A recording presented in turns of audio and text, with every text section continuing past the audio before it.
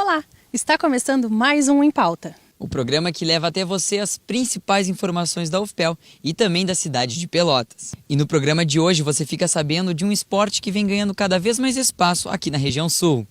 Acompanhe uma reportagem sobre o Dia Nacional do Choro. E confere uma reportagem sobre gordofobia. O Em Pauta está no ar. Na edição de hoje, a gente começa falando sobre um esporte que virou febre em países como Espanha e Argentina e que está ganhando muito espaço também aqui, na região sul do estado. Você vai saber do esporte que a gente está falando na reportagem do Guilherme Rajão.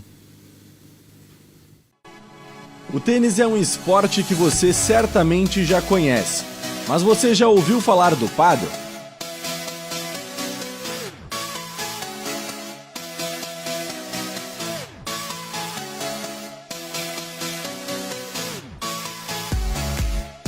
É que para explicar o pádel é comum utilizar o tênis, o irmão mais velho dos esportes de raquete. Ambos são jogados em quadra, a bolinha é a mesma e a contagem de pontos é igual. Cada game tem o primeiro ponto, que vale 15, o segundo, que vale 30 e o terceiro 40. Mas as semelhanças param por aí. No pádel, as partidas podem ter 2 sets de até 6 games ou um set mais longo, de 9 games. O jogo é disputado sempre em duplas e o que mais chama a atenção é o uso das paredes do fundo e das laterais, que recolocam a bola em jogo até que ela quique 2 vezes no chão. Aqui em Pelotas, na década de 90, o esporte virou febre, mas com o passar do tempo, infelizmente o número de praticantes acabou diminuindo e muitas quadras fecharam. Mas hoje, a realidade está voltando a tomar um novo rumo. O pádel vem ganhando muita força nos últimos anos aqui na região sul do estado. Existem muitas quadras em atividade e também campeonatos a nível nacional e até mesmo mundial. Aqui em Pelotas não é diferente e todo final de semana existem campeonatos para os apaixonados pelo esporte. Na verdade, eu digo um recomeço, né? O pádel já teve o auge nos anos 90, já teve mais de 60 quadras aqui em Pelotas. E agora recomeçou, a gente tem o clube aqui há 3 anos e meio, está tendo novos clubes na região. Então a tendência hoje é quadra de vidro, né? Uma quadra que a mídia fica boa. E estamos em crescimento aí. Tudo que é cidade está tendo quadra de vidro, então estamos numa crescente, vamos dizer assim. Uma expressão que é muito utilizada entre os padelistas é de que o pádel é parceria. E realmente é isso que se percebe nos diversos campeonatos disputados. Faz 3 anos que eu comecei a jogar pádel de novo, eu joguei quando eu era adolescente. E o pádel para mim entrou como uma possibilidade de saúde, porque eu depois que eu saí do ensino fundamental e do ensino médio, eu parei de praticar esporte, fui fazer faculdade e tal. E o pádel veio como forma de emagrecimento, saúde e entretenimento. É um jogo de parceria, um jogo que tu faz muitos amigos, né? E fora que a gente socializa com um monte de gente. Eu sempre digo assim que o pádel é o esporte da família, né? Então, que a gente vê aí é todo mundo jogando, joga o pai com o filho, joga casal. Então isso aí a tendência é que traga todo mundo junto e tal.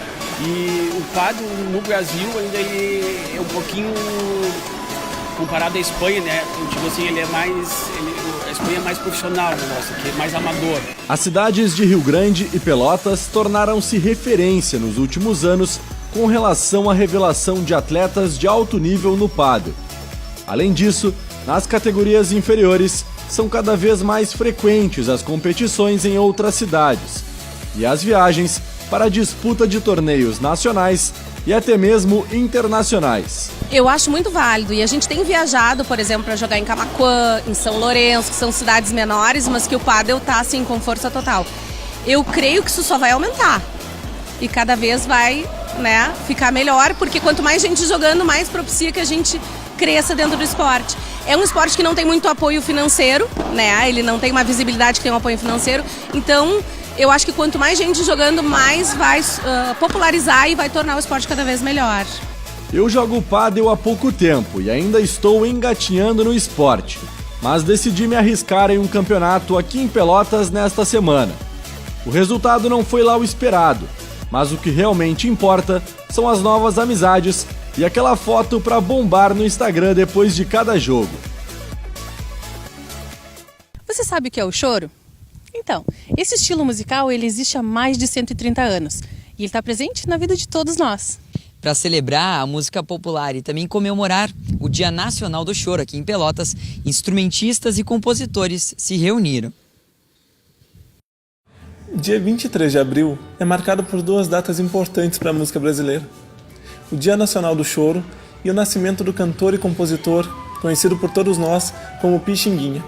E para comemorar essa data, o Clube do Choro de Pelotas realiza anualmente um evento que busca resgatar os clássicos do choro brasileiro. O choro é um gênero popular e instrumental que existe há mais de 130 anos e no ano de 2000 passou a ser comemorado oficialmente no dia 23 de abril. A data foi escolhida em homenagem ao nascimento de Pixinguinha, um dos principais nomes do choro no país, que em 2019 completaria 122 anos. Virou uma data fundamental assim, para quem toca choro, porque é o Dia Nacional do Choro, uma lei federal criada em 2000, e a partir dessa data vem se comemorando no dia 23 o choro como uma atividade cultural. Em Pelotas, o choro é preservado através do Clube do Choro, grupo criado em 2015 em homenagem ao instrumentista pelotense Avendano Júnior. O clube promove encontros semanais que buscam valorizar a música local e discutir sobre a importância do choro como arte e identidade regional. A gente está querendo montar uma oficina maior ainda, que consiga suportar mais pessoas, mas por enquanto pelo espaço, também pelo tempo a gente não consegue. Mas a ideia é montar oficinas para que as pessoas que não toquem choro consigam se inteirar melhor, porque não é uma linguagem fácil de tocar, né? Você não chega e toca assim, você tem que ter um estudo prévio, então seria muito importante a função dessa oficina. O Conservatório de Música da UFPEL ficou lotado e cantou em uma só voz um dos maiores clássicos da música brasileira, Carinhoso, composta por Pixinguinha em 1916, mostrando que a música continua atravessando o tempo e conquistando todas as gerações.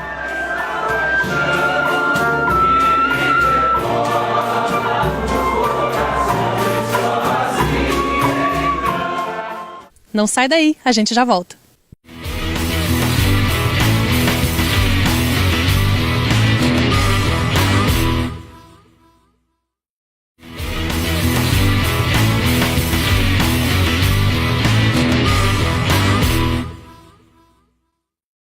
A gordofobia é um preconceito mais sério do que se imagina. Vamos acompanhar mais sobre o assunto? Você sabe o que é gordofobia? Se não, deve imaginar do que se trata. Mas o que levaria alguém a ter preconceito contra outras pessoas apenas pelo fato delas serem gordas? Pois ser gordo é uma característica como qualquer outra, como ser alto, ser baixo, ser forte, ser fraco, ser negro ou ser branco. São diversas as características, mas nenhuma delas parece incomodar tanto quanto ser gordo, que em algumas situações soa até como xingamento.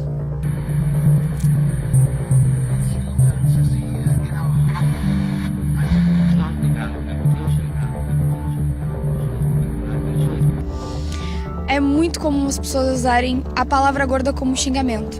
Por exemplo, vou sair com a minha mãe e aí ela, sei lá, eu olho pra ela e falo, tô gorda com essa roupa, sabe? São coisas do dia a dia que as pessoas falam sobre ser gorda, sobre estar gorda, que acabam trazendo a palavra pra xingamento, entende? Parece que é algo ruim quando eu pergunto pra minha mãe se eu tô gorda na hora de sair.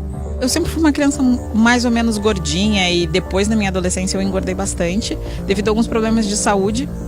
Mas isso pra mim nunca foi um problema, mas às vezes as pessoas diziam assim pra mim, nossa Mariana, como tu é bonita, pena que tu é gorda.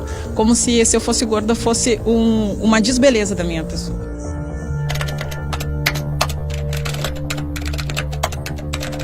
A gordofobia é o preconceito em relação a pessoas gordas, devido a um padrão de beleza imposto pela sociedade, em que existe um corpo ideal e perfeito. As pessoas com gordofobia têm um comportamento de julgamento em relação às pessoas gordas, fazendo com que elas se sintam anormais.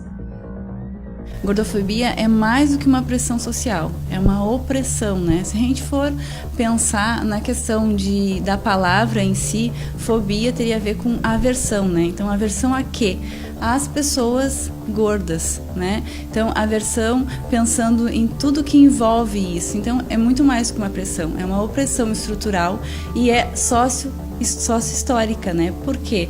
Porque ela vem culturalmente sendo apresentada para nós e a gente convive com isso desde a infância e a gente nem percebe. Pessoas obesas ainda sofrem com a falta de acessibilidade, apesar da legislação prever a adaptação dos transportes públicos. Problemas como assentos apertados, catracas, falta de roupas e respeito são algumas das dificuldades vivenciadas diariamente.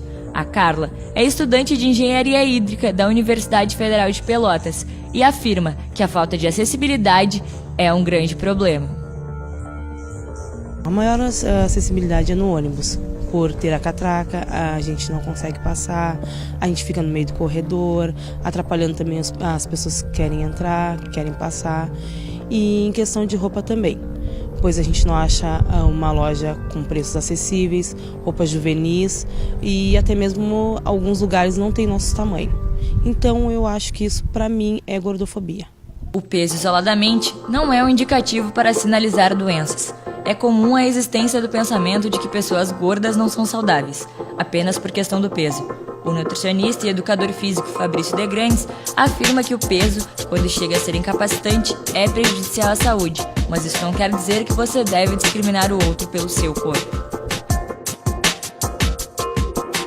Hoje, fica difícil a gente descaracterizar a obesidade como uma doença. Ela é classificada como uma doença, tá? A gente não pode negar isso, e não é eu que estou falando, é a Organização Mundial da Saúde. E só que isso não pode, muito pelo contrário, não pode fazer a gente tratar com olhos diferentes aquela pessoa que sofre disso, né? Ao contrário disso, a gente tem que ajudar e entender que quanto mais a família, os amigos, né, participarem do processo, seja de emagrecimento ou simplesmente daquela pessoa querer levar uma vida saudável, uma vida com mais atividade física, controlando aspectos da nutrição aqui mesmo, a gente tem que ajudar, e quanto mais a gente ajudar, melhor vai ser para aquela pessoa. Hoje, a obesidade é identificada com o cálculo do índice de massa corporal, o IMC, o número obtido por meio da relação entre altura e peso, mas existem outros indicadores de um corpo saudável, como por exemplo, a pressão sanguínea, níveis de lipídio no sangue e a capacidade aeróbica. Segundo o relatório da Associação Americana do Coração, essas medidas são mais eficazes para a previsão de problemas cardíacos do que o peso corporal ou IMC. Cálculos como o IMC servem muito bem para termos populacionais, mas não devem ser usados para você saber se está saudável.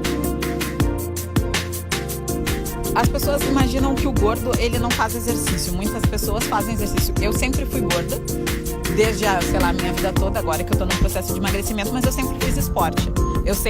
Eu nunca fui sedentária.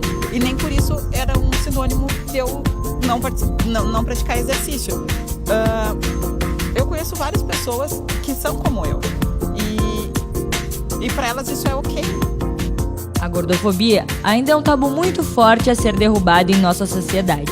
É comum perceber no convívio social várias pessoas usando o termo gordo com o sentido pejorativo, na intenção de criticar ou insultar alguém. Combater a gordofobia é muito mais do que mostrar para a sociedade que pessoas gordas devem ser tratadas de maneira igual. É ajudá-los a se aceitar e viver bem com o seu corpo, do jeito que ele é. Afinal, desde que ele tenha saúde, pouco importa o seu peso. E no quadro Em Pauta Entrevista de hoje, nós temos aqui conosco a professora Anne Turov, que vai nos falar um pouquinho sobre como se caracteriza a gordofobia. Olá. Bom, gordofobia é uma opressão, né, social, mas também estrutural, política, social, que envolve várias questões relacionadas à aversão ao corpo gordo, né? Como essa relação com as pessoas que tem um porte maior, que seria um corpo gordo dito pela sociedade, né, pela mídia, por todos os padrões culturais, sociais que nós vimos, vivenciamos e estamos aí todos os dias tentando modificar. A gente sabe que há muitos preconceitos em relação a não ter saúde e ser gordo, né? Como é que funciona essa situação? Nem sempre a gordura vai ter alguma relação com a saúde. Sim, isso é uma questão muito importante de se falar, porque uma pessoa magra ou uma pessoa gorda não quer dizer que ela esteja saudável ou não. Isso tem a ver mais com o metabolismo dela, com a questão genética, com as atividades que ela realiza, com a alimentação, e não em si com as características dela ser magra ou ser gorda. Então, a saúde estaria relacionada com outras questões e não com o corpo, porque o corpo ser magro, gordo, tem muito mais a ver com uma característica, né, do que realmente com a saúde da pessoa. Anne, como é que a gente pode diferenciar a gordofobia dessa pressão social em busca de um corpo belo, de um padrão de beleza? A gente tem que lembrar que quando a gente fala de gordofobia tem muito mais a ver com discriminação e com preconceito. Tem a ver com preconceitos, na verdade, né, criados com relação à pessoa que é gorda, né? Como se relaciona isso, como as pessoas tratam, qual é o linguajar. Então tem várias frases que a gente ouve que afetam, que podem interferir em como a pessoa se vê, na autoimagem dessa pessoa, né? Por exemplo, se eu digo, ai, tu tem um rosto lindo, pena que é gordinha. Ou, por exemplo, ai, hoje eu vou fazer gordice. Por que eu vou fazer gordice? Quer dizer que eu vou comer como uma gorda? Como é comer como uma gorda? Se eu for uma magra, se eu for gorda, eu vou comer. Se eu for gulosa, aí é diferente, né? Mas por que está relacionado com gordice? Então, até os termos que são criados, relacionados à gordura, parece que já levam ao preconceito, né? Já leva à discriminação dessa pessoa, e isso não deve ocorrer. Deixa eu te fazer uma pergunta, só emendando nessa mesma questão. Quais são alguns distúrbios que podem desencadear, né, provenientes dessas ideias?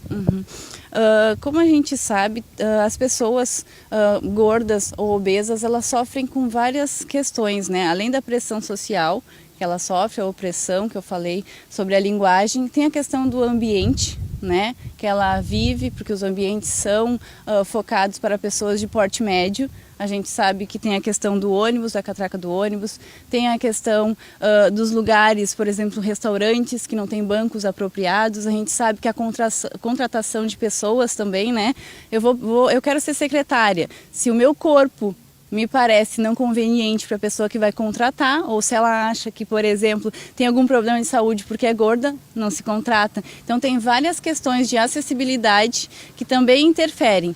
E a pessoa que sofre, né, com essa pressão, com esses dizeres, ela pode desencadear, por exemplo, bulimia, anorexia, vigorexia, como também transtornos de ansiedade, depressão, né, que também são desencadeados pela questão da autoimagem. Como ela se vê afeta também a questão da autoconfiança, né, de como ela se percebe, da autoestima. Então, tudo isso está relacionado em como ela vê as relações interpessoais, como ela se relaciona com as pessoas, né, e com os espaços em que ela habita. Então, Anne, existe algum tipo de serviço que possa auxiliar essas pessoas que estão sofrendo com gordofobia? Algum serviço psicológico, né, de apoio a essas pessoas dentro da universidade e fora também? Olha, pessoas que sentem, né, e que acreditam que estão sofrendo com isso, podem procurar as UBSs, né, Unidades Básicas de Saúde, que geralmente tem psicólogos que podem atender, e também aqui na Universidade Federal de Pelotas tem a PRAE, né, e tem o Núcleo Psicopedagógico de Apoio ao Discente, onde pode ser atendido por psicólogos e estagiários de psicologia para entender e auxiliar nesse problema que a pessoa está enfrentando neste momento.